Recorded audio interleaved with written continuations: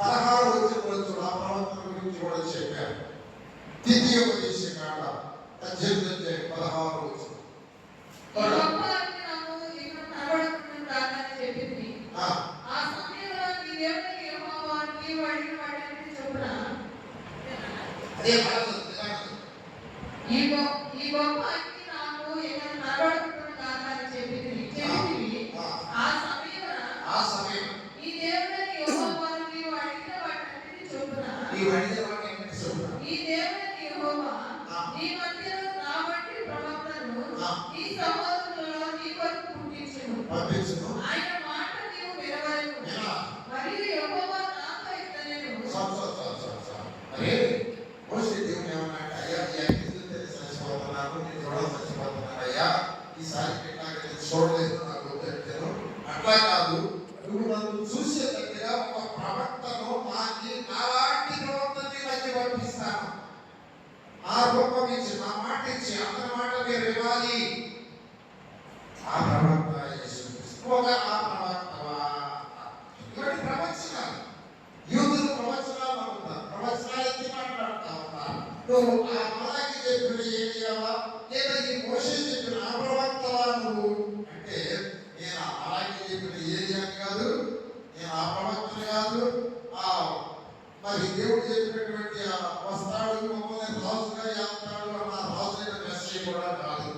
మరి నువ్వు ఎప్పుడు పోయా బాబు, నువ్వు ఎవరికైనా మమ్మల్ని పంపి యూదులకి చెప్పాలి కదా అంటున్నారు యాజకులు లేవీయులు. ఎవరంటే ఆయన ఏమంటాడంటే, చూడండి 23వ వచనం, అంటున్నాడు, ప్రభు అయిన యెహోవా సెలవిచ్చినట్లు ఆ ప్రభు త్రోవ సరళం చేయండి అని అరణ్యంలో ఎలుగెత్తి చెప్పు ఒకటి శబ్దాన్ని అని చెప్పాడు.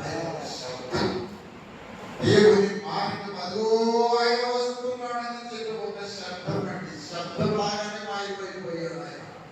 అన్నం తినలేదు, పంట కట్టలేదు, ఇంట్లో ఉండలేదు, భార్య పిల్లలు లేదు. ఆయన నరికేశాడు. గాలిలాగా వచ్చాడు, గాలిలో కలిసిపోయాడు ఆయన. ఆయన శ్రేష్ఠుడైనటువంటి మనుషుడు. మనుషులంతా స్త్రీగర్భంలో పుట్టిన వాళ్ళు శ్రేష్ఠుడు ఎవరంటే యేసయ్య చెప్తున్నారు ఆయన గురించి. ఆగో బాప్తిజం ఇచ్చిన యోహానే. ఆయన ఇచ్చిన బాప్తిస్మము మారు మనస్సు నిమిత్తం ఇచ్చిన బాప్తిస్మము. ఇప్పుడు మీరు తీసుకునే బాప్తిస్మము యేసుక్రీస్తు వారి నామములో పరిశుద్ధాత్మ ద్వారా తీసుకునే బాప్తిజం. అది కూడా ఆయనే చెప్తాడు. ఆయనే చెప్తాడు. 33వ వచనం చదవమని. 33వ వచనం మొదటి అధ్యాయం. నేను ఆయనను ఎరుగలేదు కానీ నీలో బాప్తిసం ఇచ్చుటకు నన్ను పంపినవాడు నీవెవరి మీద ఆత్మ దిగి వచ్చి నిలుచుటకు చూసుకో. ఆయనే పరిశుద్ధాత్మలో బాప్తిసం ఇచ్చువాడని నాతో చెప్పాడు. హల్లెలూయా. యేసయ్య ఎవరు బాప్తిసం ఇవ్వలేదు. యోహాను బాప్తిసం ఇచ్చిన శిష్యుడు బాప్తిసం ఇచ్చాడు. యేసయ్య తెలియదు. ఆయన పరిశుద్ధాత్మలో బాప్తిసం ఇచ్చాడు.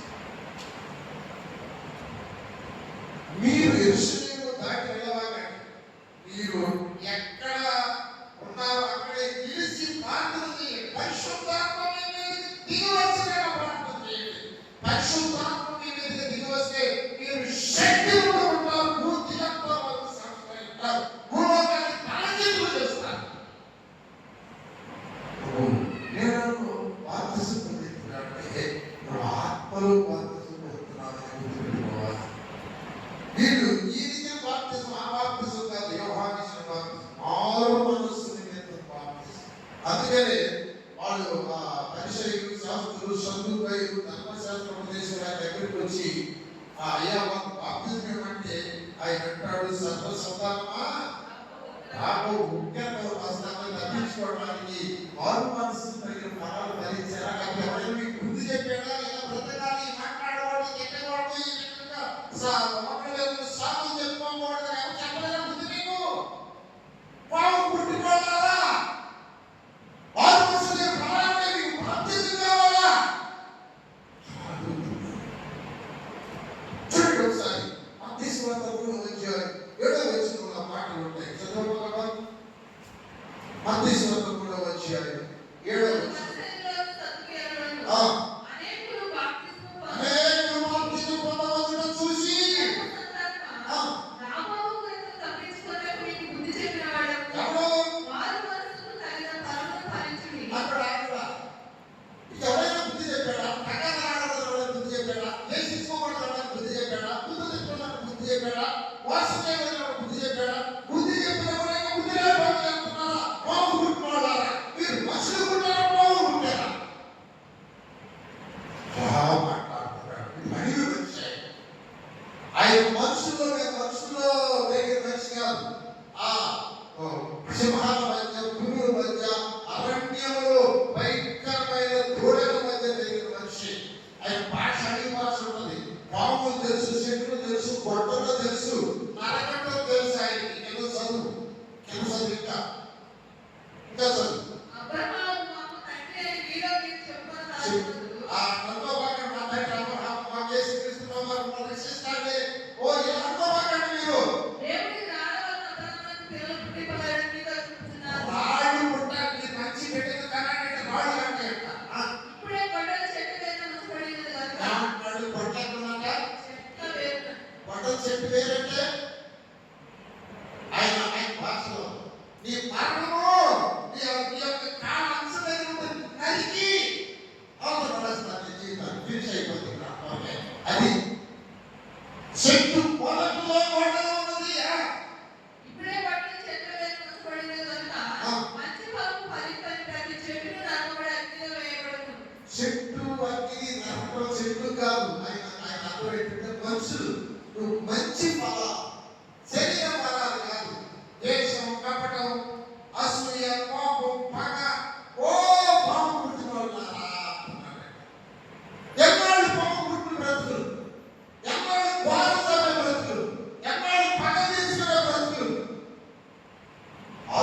పొందారు, బాప్తిజం పొందారు, పరిశుద్ధాత్మను పొందారు, బలాలను తీసుకుంటున్నారు, రక్తం తాగుతున్నారు.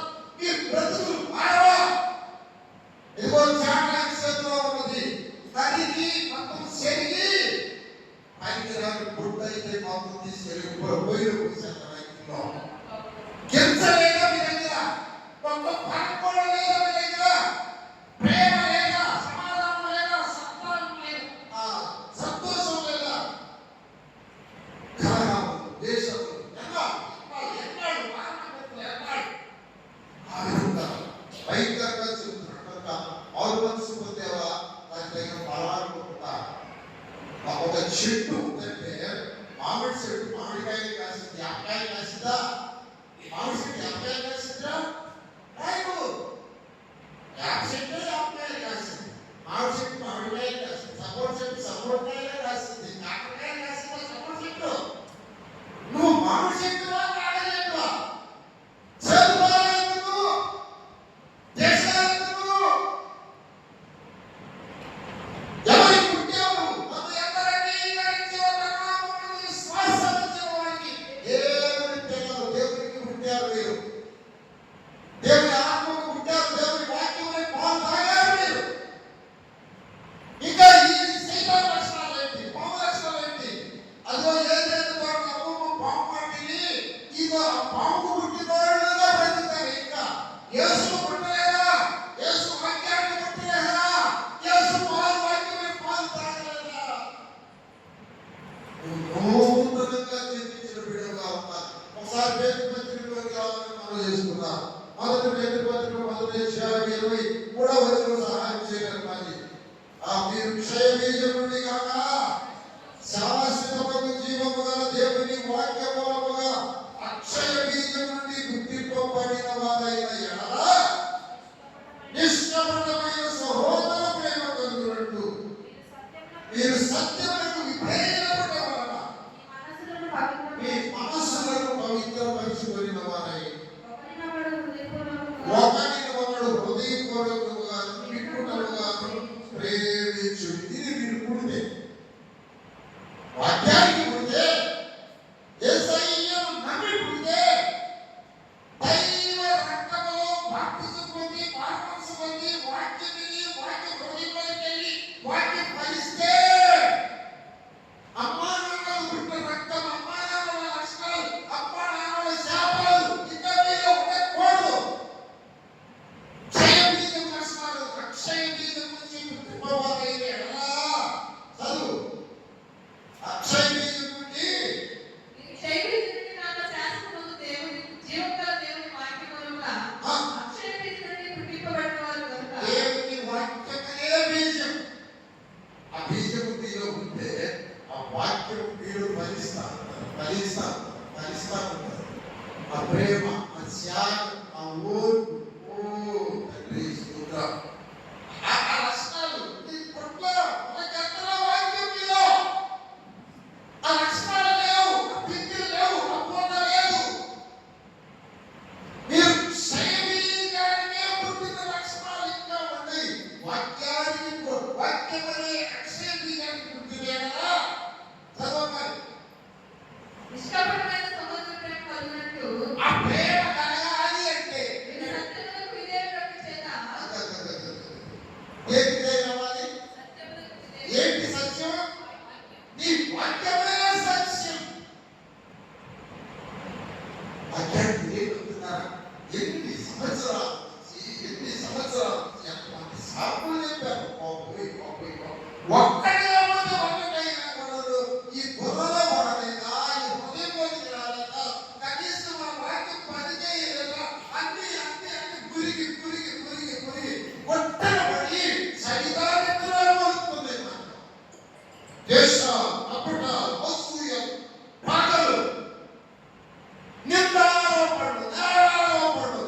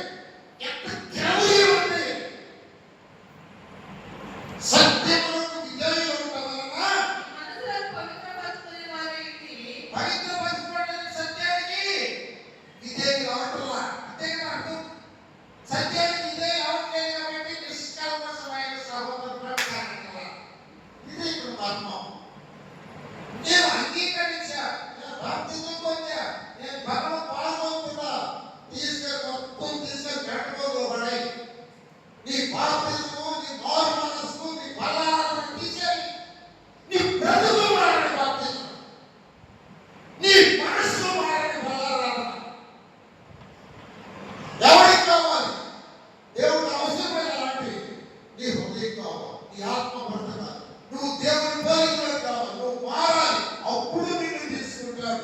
ఈ కబుర్లని చెప్పమాక అన్నట్టుగా మీరు క్షయ బీజం నుండి కాక జీవము గల దేవుని వాక్యం మూలంగా అక్షయ బీజం నుంచి గుర్తింపబడిన వారైన ఎడలా నిశ్చయమైన సహోదర కలిగి ఉండాలి. కలిగి ఉండాలంటే సత్యములకు విధేయులు అవ్వాలి. సత్యములకు విధేయులైతే మీ మనస్సులను పవిత్రపరచుకొని ఒకరినొకడు హృదయపూర్వకముగాను నిక్కుటముగాను ప్రేమిస్తారు. ఇప్పుడు పుట్టినట్టు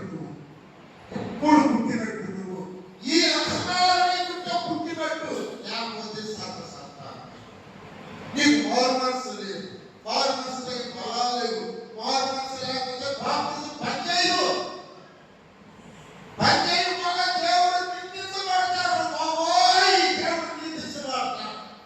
ఈడు నీ పిల్లలు ఎట్లా అవుతారు? నీ పిల్లలు చెప్తున్నారు, నీ పాట పాడుతున్నారు, వీడు నా పిల్లలు అంటారు. ఏదో నా లక్షణాలు, ఏదో నా పోలికలు, ఏదో నాకు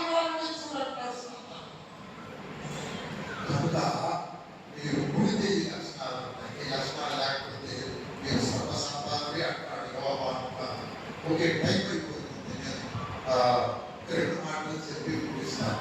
ఇక్కడ వచ్చేది ఏంటంటే ప్రవచనాలు చూస్తున్నారు ఎవరు? యూదు. ఏది చూస్తున్నారు? మెసేజ్ చూస్తున్నారు, యూదుల రాజులు చూస్తున్నారు. ఆ రాజు అంటే ఆత్మీయ రాజు కాదు. వాళ్ళు చూసేది ఈ రోమా ప్రభుత్వం నుంచి, ఈ జనం నుంచి మమ్మల్ని విడిపించడానికి కత్తి తీసుకున్న రాజు అవుతాడు, కిరీటం పెట్టుకున్న రాజు అవుతాడు, ఆయన సైన్యం ఉంటుంది, మమ్మల్ని కాపాడుతుంది. ఇది చూసేది. నేను మా రాజ్యం ఈ లోక సంబంధమైనది కాబట్టి మనం నమ్మాం. తను ఎందరో అంగీకరించి తన నామమున విశ్వాసం ఉంచిన వారికి ఆయన పిల్లలుగా అధికారం ఇచ్చెను. వారు దేవుని వలన పుట్టినవారే గాని రక్తము వలన, శరీరేచ్ఛ వలన, మనస్సు వలన పుట్టినవారు కాదు. దేవుడు కొత్త వారికి అర్థమైంది. నువ్వు పుట్టేవా? అసలు పుట్టేవా? వాక్యాలు తెలుగు పుట్టే మీద చేయాల్సిన చెప్పు.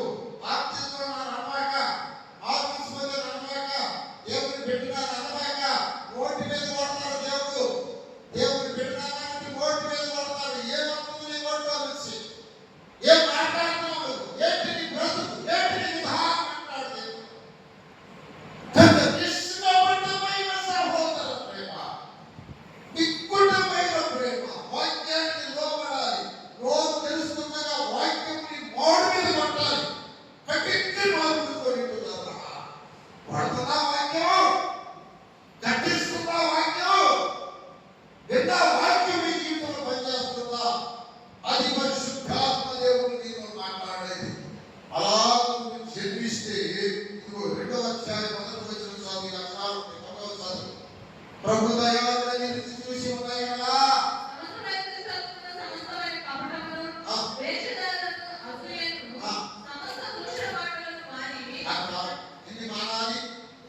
ఎన్ని మానాలి? మామూలు దోషుల మాటలు కాదు. అది ఏ దేవుడు దోషుల మాట్లాడే సమస్త దోషుల మాటలు అన్నాడు. ఆవును చెప్పాడు సమస్తమైన దోషుల మాటలు, సమస్తమైన కపటము, వేషధారణ ఒకటే. సమస్తమైన వేషధారణ కాదు, వేషధారణ ఒకటే, యాసన ఒకటే. వేషధారణ, అమ్మా, అసూయ, సమస్తమైన దుష్టత్వము, సమస్తమైన కపటము, వేషధారణ, అసూయ, సమస్త దోషం అన్నమాట. ఈ మారాలి. మారితే నేను పసిపిడిగా చేసి పుట్టినట్టు, మారకపోతే మళ్ళీ సాతాను సొంతం చేసుకున్నట్టే. ఏసైతే ఎంత బాగా అర్హత లేదు నీకు. ఏసైతే అంటున్నా సైతాన సర్పమ సర్ప లక్షణాలు కలిగిన మనుషులారా అంటాడు యోహాను లాగా. కనుక నేను క్లోజ్ చేసుకున్నాను. పరిశుద్ధాత్మదేవుడు నేను నాకు ఈ రాత్రి కల్పించాడు. మనం చేసిన ఈ ప్రార్థన అతని ఆత్మ తాకిదేమో ఆయన మాట్లాడుతున్నారు. మీరు మారాలి. నిష్కపటమైన సహోదర ప్రేమ కలగా ఒకరిని ఒకరు ఈ బిడ్డను ఎంత ప్రేమిస్తావు, ఈ మనవలను ఎలా ప్రేమిస్తావు, ఈ ఇంట్లో ఈ కొడుకును ఎలా ప్రేమిస్తావు, ఆ సమస్తము నిష్కపటమైన అందరం మనకు ఒకటే. వాళ్ళు వేరు, వీళ్ళు వేరు, ఆ కులం వేరు, ఈ కులం వేరు, వాళ్ళు ఒక జాతి, వీళ్ళు ఒక దేశం. దేవుడు అంగీకరించిన మన అందరూ దేవుడు కనుక నిష్కపటమైన సహోదర ప్రేమ కలుగునట్టు ఇవన్నీ సత్యములకు విధేయుడకు చేత ఈ మనస్సు మారి నూతన భౌతికమైన హృదయపూర్వక నిండారు ప్రేమే ఉంది. ప్రేమే ఉంటుంది. ఆ బిడ్డ పాలిస్తామంటే మారింది. అంతా దాడించి మళ్ళీ శుభ్రంగా పెట్టుకోవచ్చు. అది ముందు పెట్టుకుంది. అది నిష్కపటమైన సహోదర అది హృదయవంతులుగా ఉండే ప్రేమ. ఒక మాట అంటే వలుసుకోలేవు, ఒక్క మాట అంటే వలుసుకోలేవు. ఏమి పెట్టవా నువ్వు? దేవుడు రాజ్యంలో నువ్వు ఎట్లా ఏం ఆడుకుంటా ఉపవాసంలో పరిశుద్ధాత్మ దేవుడు మాట్లాడుతున్నాడు. ఆయన రాబోతా ఉన్నాడు. నిజంగా అత్యధికంగా ఈ సత్యాలు తెలుసుకోవాలి. ఈ బోధన అంగీకరించాలి. ఈ